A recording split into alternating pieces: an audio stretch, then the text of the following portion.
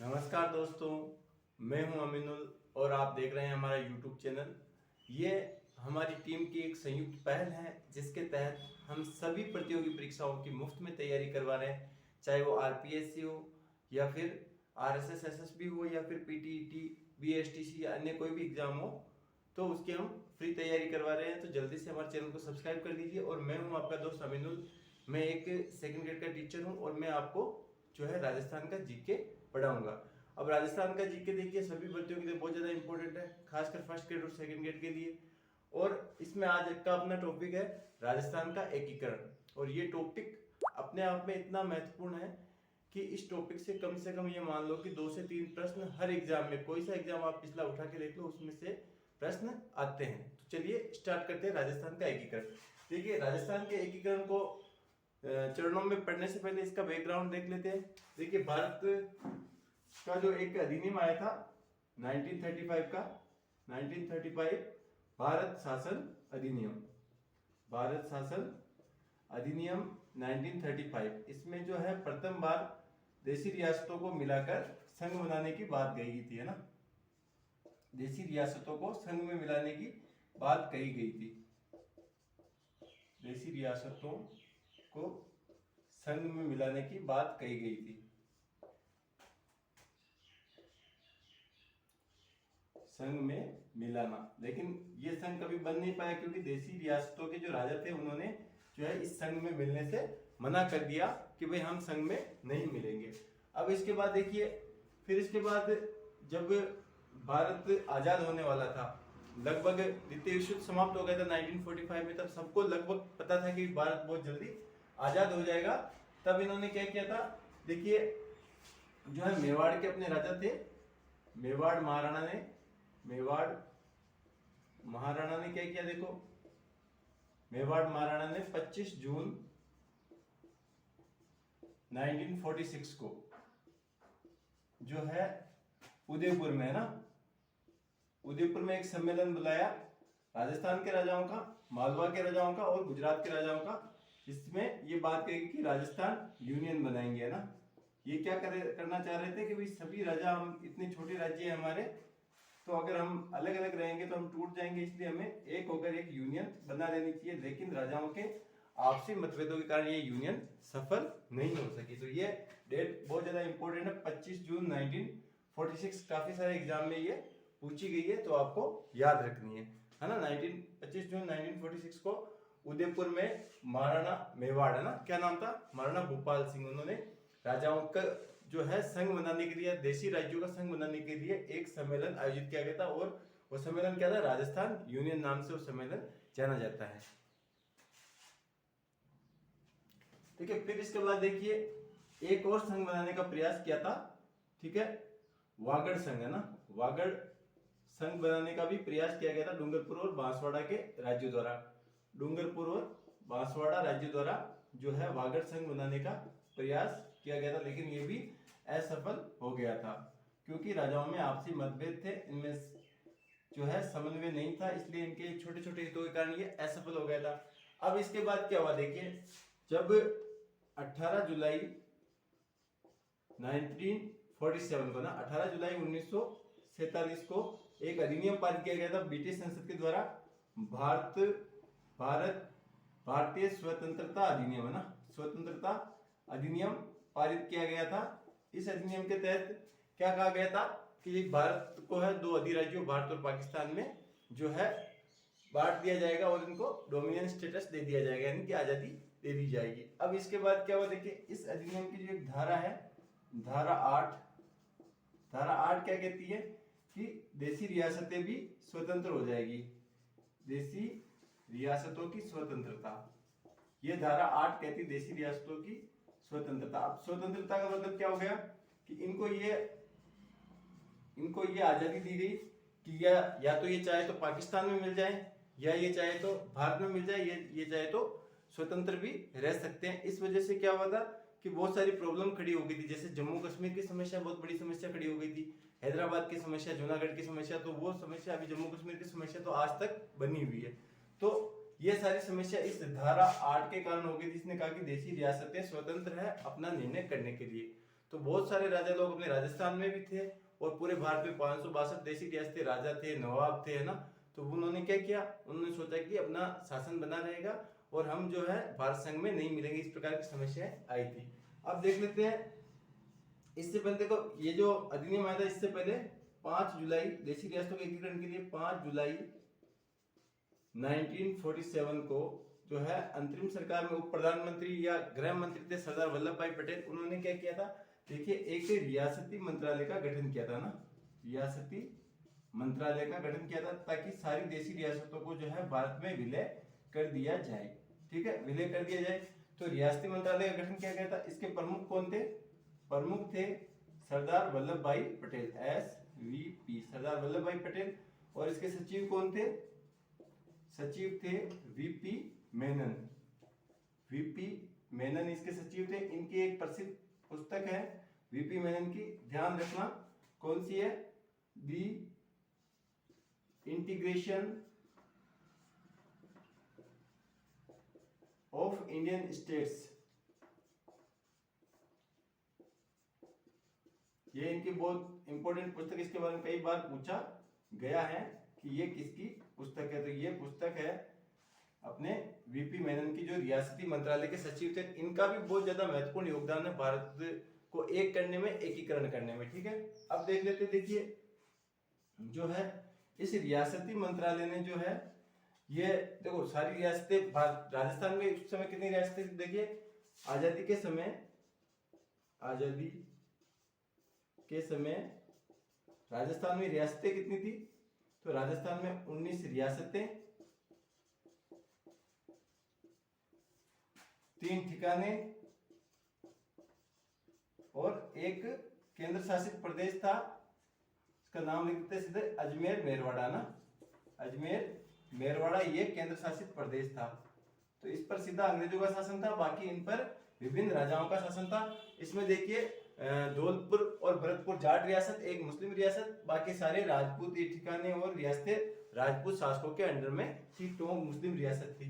फिर इसके बाद देखिए अब राजस्थान की रियासतों ने जो है एकीकरण किया था, विलय पत्र पर कब हस्ताक्षर किए, तो सबसे पहले हस्ताक्षर किसने किए थे, सबसे पहले राजस्थान में से किसने हस्ताक्षर किए थे विलय पत्र पर, तो ये किए थे बीकानेर ने ना। बीकानेर के महाराजा कौन थे, शार्दुल सिंह, राव राजा शार्दुल सिंह बीकानेर के। इन्होंने कब हस्ताक्षर किए थे, 7 अगस्त 1947 को।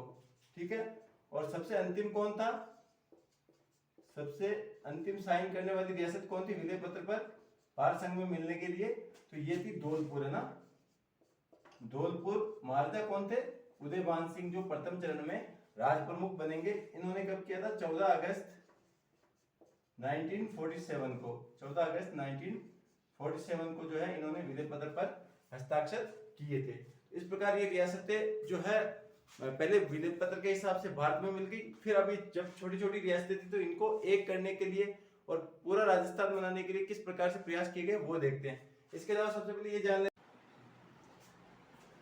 देखिए दोस्तों नीचे की लाइन आपको दिखी नहीं होगी, लेकिन जैसे भारत की जो रियासतें थी उसमें एकीकरण तो विलय पत्र पर हस्ताक्षर तो कर दिए, लेकिन राजाओं ने क्या अनुशंसा की कि हमारे जो भी रियासतें उनको एक स्टेट के रूप में रखा जाए। जैसे जोधपुर एक रियासत थी, तो जोधपुर रियासत ये क्लेम कर रही थी कि हमें भारत संघ में एक राज्य के रूप में रखा जाए। मेवाड़ रियासत भी एक क्लेम कर रही थी। ये छोटी छोटी सभी रियासतें इस तरह का क्लेम कर रही थी, दावा कर रही थी कि हमें जो है भारत संघ में एक राज्य बनाकर रखा जाए। तो रियासती मंत्रालय ने क्या किया था, देखिए रियासती मंत्रालय ने एक शर्त रखी कि जनसंख्या कितनी होनी चाहिए राज्य बनने के लिए, जनसंख्या चाहिए 10 लाख, है ना, जनसंख्या 10 लाख, और आय कितनी होनी चाहिए 1 करोड़ रुपए। तो 1 करोड़ आय और 1 करोड़, है ना, 1 करोड़ आय और जनसंख्या 10 लाख होनी चाहिए। इससे बड़े वाले जो भी राज्य हैं वही राज्य के रूप में रह सकते हैं। अब इस प्रकार के अपने राज्य कितने थे, तो देखिए ये था एक तो जोधपुर, है ना, जोधपुर एक बड़ा राज्य था, सबसे बड़ी रियासत जोधपुर ही थी, और सबसे छोटी रियासत एकीकरण के समय कौन सी थी, तो शाहपुरा थी। तो जोधपुर, ठीक है, ये क्षेत्रफल के हिसाब से सबसे बड़ी थी जोधपुर, है ना, और जनसंख्या के हिसाब से सबसे बड़ी रियासत कौन थी, जयपुर, है ना। तो जोधपुर, फिर इसके बाद देखिए जयपुर, है ना, जयपुर, फिर बीकानेर एक रियासत और थी मेवाड़, है ना, मेवाड़। ये चारों रियासतें थी। इस शर्त को जो रियासती मंत्रालय की ये शर्त थी 10 लाख जनसंख्या और आय 1 करोड़ पे, इसको पूरा करने वाली चारों रियासतें थी। लेकिन अखिल भारतीय देशी राज्य लोक परिषद और जो एक राम मनोहर लोहिया समिति थी, उनकी राम मनोहर लोहिया के नेतृत्व में एक संघर्ष समिति बनी। उन्होंने कहा कि ये सारी रियासतें, इनका कल्चर एक जैसा है, इनकी भाषा एक जैसी है, तो इन संपूर्ण रियासतों को मिलाकर राजस्थान बना दिया जाए। तो देखिए सबसे पहले अब राजस्थान का जो निर्माण हुआ, एकीकरण हुआ, उसमें अपना 7 चरणों में एकीकरण हुआ। प्रथम चरण कौन सा, देखिए प्रथम जो चरण है वो था प्रथम चरण, इसको क्या कहेंगे, इसका नाम था प्रथम चरण का मत्स्य संघ। ठीक है, मत्स्य संघ। ये नाम किसने दिया था मत्स्य संघ? मत्स्य संघ नाम दिया था कन्हैयालाल माणिक्यलाल मुंशी, के.एम. मुंशी। इन्होंने जो है मत्स्य संघ नाम दिया था। और मत्स्य नाम कहां से लिया गया? ये महाभारत काल में इस क्षेत्र को मत्स्य प्रदेश कहते थे और महाजनपद काल में भी मत्स्य प्रदेश कहते थे। इसकी राजधानी कौन सी थी? विराटनगर। ठीक है ना, महाभारत काल में विराटनगर में जो है उनको अज्ञातवास दिया गया था पांडवों का, तो इनका भी यहाँ पर वर्णन मिलता है। तो इसमें देखिए इन्होंने नाम दिया था कन्हैयालाल माणिक्यलाल मुंशी ने क्या किया था? नाम दिया ना मत्स्य संघ का, मत्स्य संघ का नाम दिया था कन्हैयालाल माणिक्यलाल मुंशी ने। अब इसमें कौन कौन सी रियासत थी प्रथम चरण में, तो वो देख लेते हैं। रियासतें कौन कौन सी थी? अलवर, भरतपुर, धौलपुर,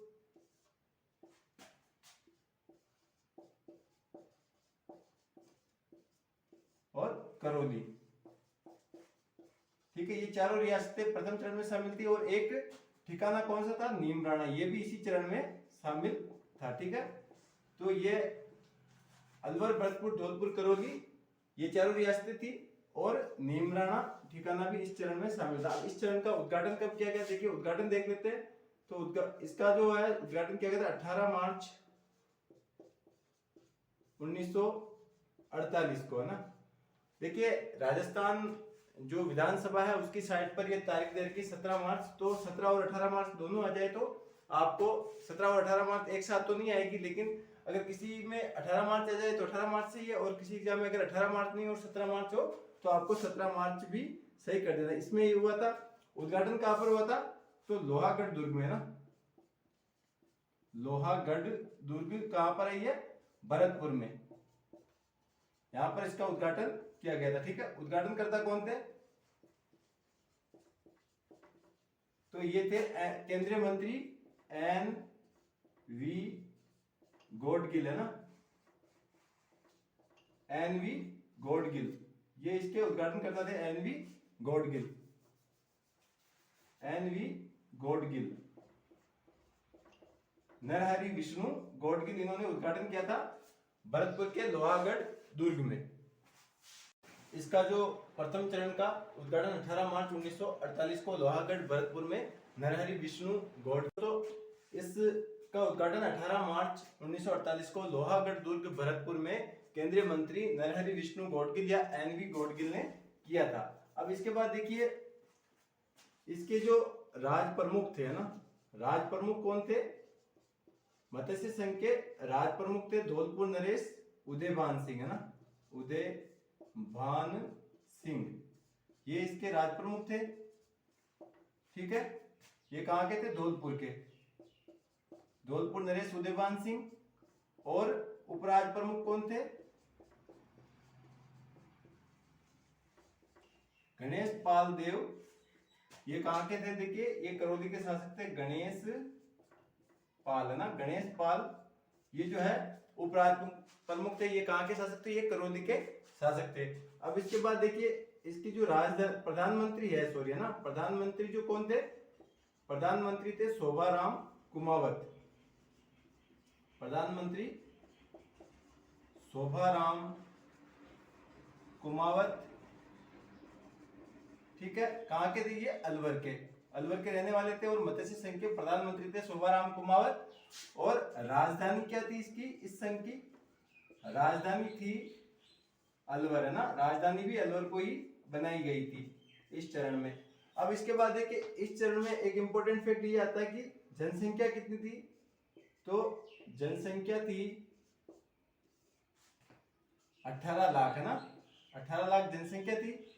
और इसकी आय कितनी थी, ये पूछा गया है एग्जाम में, आय कितनी थी मत्स्य संघ की, तो 184 लाख रुपए, ये इसकी जो है आय थी मत्स्य संघ की। ठीक है, मत्स्य संघ की 184 लाख रुपए आय थी। अब देखिए कितने सारे फैक्ट हो गए आपको। प्रथम चरण मत्स्य संघ, नाम किसने दिया था, कन्हैयालाल माणिक्यलाल मुंशी, ये अपने प्रमुख राजनेता थे, संविधान सभा के सदस्य थे। इसके बाद देखिए अलवर, भरतपुर, धौलपुर, करौली और नीमराना ठिकाना, इसको मिलाकर जो है इस संघ का निर्माण किया गया था, मत्स्य संघ का निर्माण किया गया था। उसके बाद 18 मार्च 1948 लोहागढ़, भरतपुर, उद्घाटन एनवी गौडगिल ने किया था। और उसके बाद देखिए राज प्रमुख उदयभान सिंह धौलपुर, उपराज प्रमुख गणेश पाल देव बहादुर करौली के शासक थे। प्रधानमंत्री शोभाराम कुमार कहाँ के रहने वाले थे, अलवर के, और राजधानी क्या बनाई गई थी, अलवर बनाई गई थी। उसके बाद इसकी जनसंख्या 18 लाख और जो आय थी वो कितनी थी, 184 लाख रुपए थी। अब देखिए इसको याद कैसे रखना है, आपको एक शानदार ट्रिक बता देता हूं ना। देखिए मित्रों, इन प्रथम चरण के प्रमुख नामों को याद रखने की अपनी ट्रिक क्या है वो देख लेते हैं। देखिए अपनी ट्रिक है, पहले मत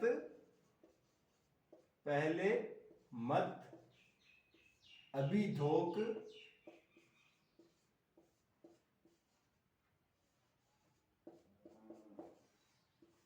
पहले मत अभिधोक उदय की शोभा, उदय की शोभा, पहले मत अभिधोक उदय की शोभा, ये अपनी ट्रिक है। आपको याद रखना, जैसे धोख देते किसी के, है ना, तो उदय की कोई पत्नी है जिसका नाम है शोभा, है ना, तो शोभा को कोई कह रहा है कि पहले मत, यानी पहले धोख मत दे, पहले मत अभिधोक उदय की शोभा। अब देखिए इस ट्रिक से अपन देख लेते, पहले से क्या हो जाएगा, प्रथम चरण, है ना, पहला चरण।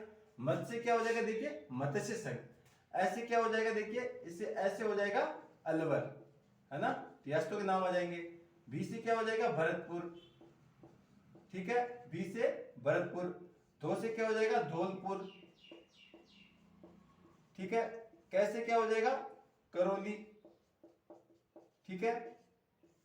उसके बाद देखिए उदय से क्या हो जाएगा, उदयभान सिंह राज प्रमुख, ठीक है, आपको हल्का सा आइडिया चाहिए, है ना। उदय से क्या हो जाएगा, उदयभान सिंह, ठीक है, और शोभा से क्या हो जाएगा, शोभाराम कुमावत, ठीक है। तो ये ट्रिक आपको याद रखनी है, जिससे कि आपको सारे नाम, इसके जो महत्वपूर्ण इंपॉर्टेंट फैक्ट है वो याद हो जाएंगे।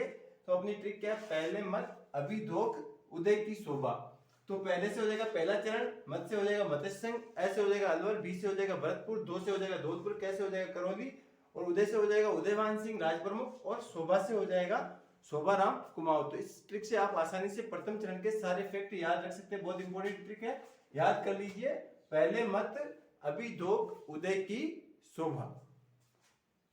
तो अगर आपको ये ट्रिक पसंद आई है और ये जो पढ़ाने का तरीका पसंद आया तो इसका स्क्रीनशॉट ले लीजिए, और अब अपन दूसरा चरण शुरू करते हैं ना।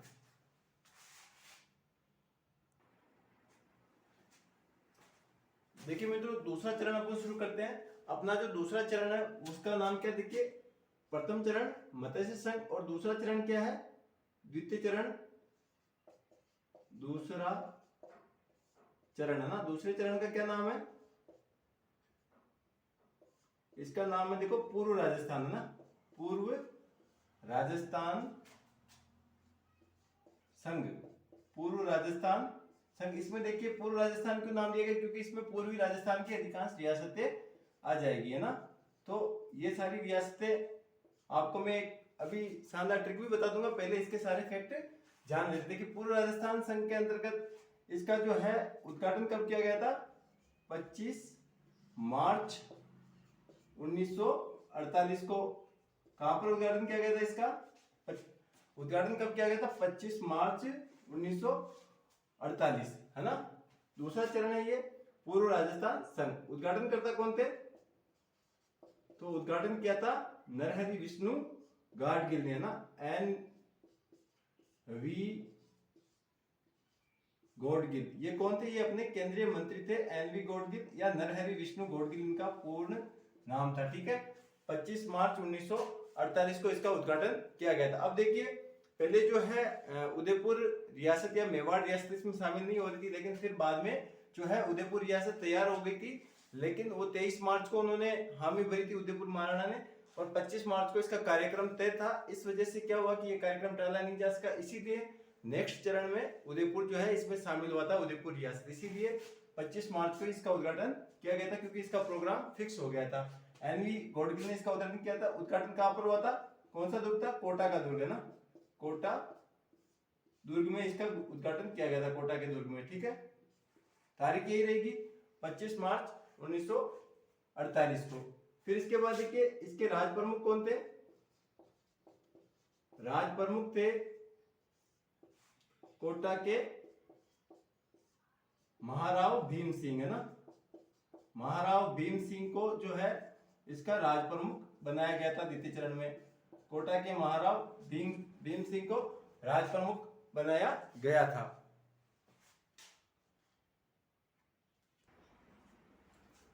देखिए उपराज प्रमुख कौन बने थे, तो उपराज प्रमुख बने थे बूंदी के, उपराज प्रमुख थे बूंदी के बहादुर सिंह, है ना। बहादुर सिंह कहां के शासक थे, ये बूंदी के शासक थे बहादुर सिंह। बहादुर सिंह बूंदी के शासक थे, तो ये बने थे उपराज प्रमुख। अब इसके अलावा इस चरण में देखिए जो है अपने प्रधानमंत्री कौन बने थे इस चरण में, प्रथम चरण में प्रधानमंत्री तो कौन बने थे प्रथम चरण में, शोभाराम कुमावत। और द्वितीय चरण में प्रधानमंत्री कौन बने थे, प्रधानमंत्री बने थे गोकुल लाल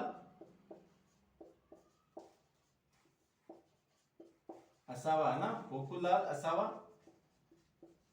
ये कहां के रहने वाले थे, ये रहने वाले थे शाहपुरा के। शाहपुरा कौन सा, तो शाहपुरा भीलवाड़ा वाला शाहपुरा है, शाहपुरा जयपुर वाला नहीं है। गोकुल लाल असावा इसके जो है प्रधानमंत्री बनाए गए थे। ठीक है, अब देखिए इसमें जो है कौन कौन सी रियासतें शामिल थी, तो इसमें रियासतें शामिल थी देखिए कोटा, रियासतें कौन कौन सी थी, तो देखिए कोटा, बूंदी, ठीक है, फिर देखिए झालावाड़,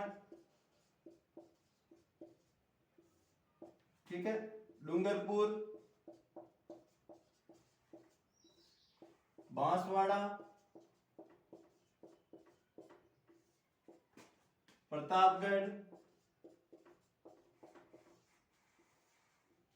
कितनी हो गई 6। फिर इसके बाद देखिए किशनगढ़,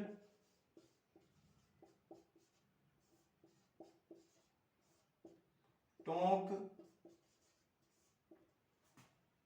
और शाहपुरा, ना, शाहपुरा, ये रियासतें इसमें शामिल थे। अब देखिए जो शाहपुरा रियासत है इसके बारे में आपको एक फैक्ट याद रखना है, ये राजस्थान की सबसे छोटी रियासत थी क्षेत्रफल के हिसाब से, है ना।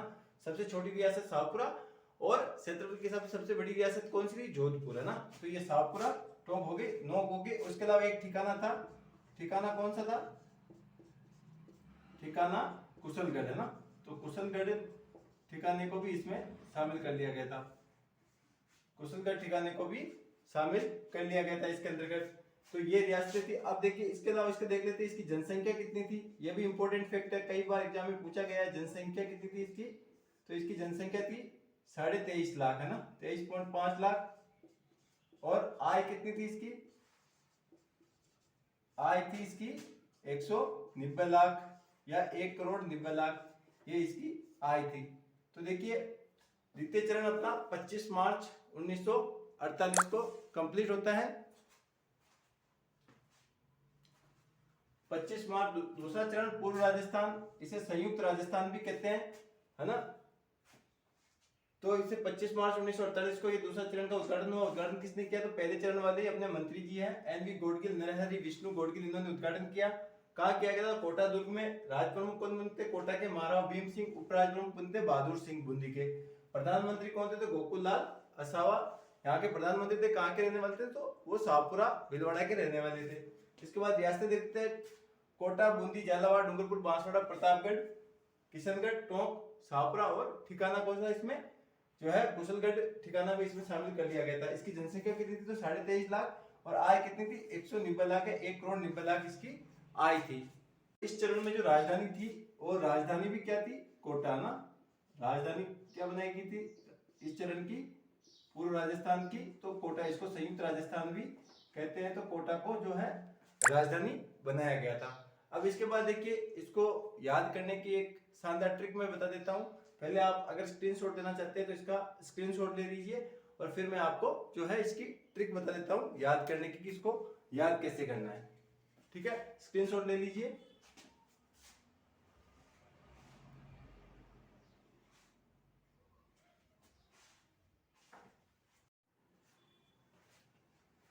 तो देखिए दोस्तों, दूसरे चरण की रियासतों को याद रखने की अपनी ट्रिक क्या है वो देख लेते हैं। अपनी ट्रिक है, देखिए, प्रताप शाह के ट्रिक क्या है अपनी? प्रताप नाम का कोई आदमी है, तो प्रताप शाह के काबू में बांस की टोकरी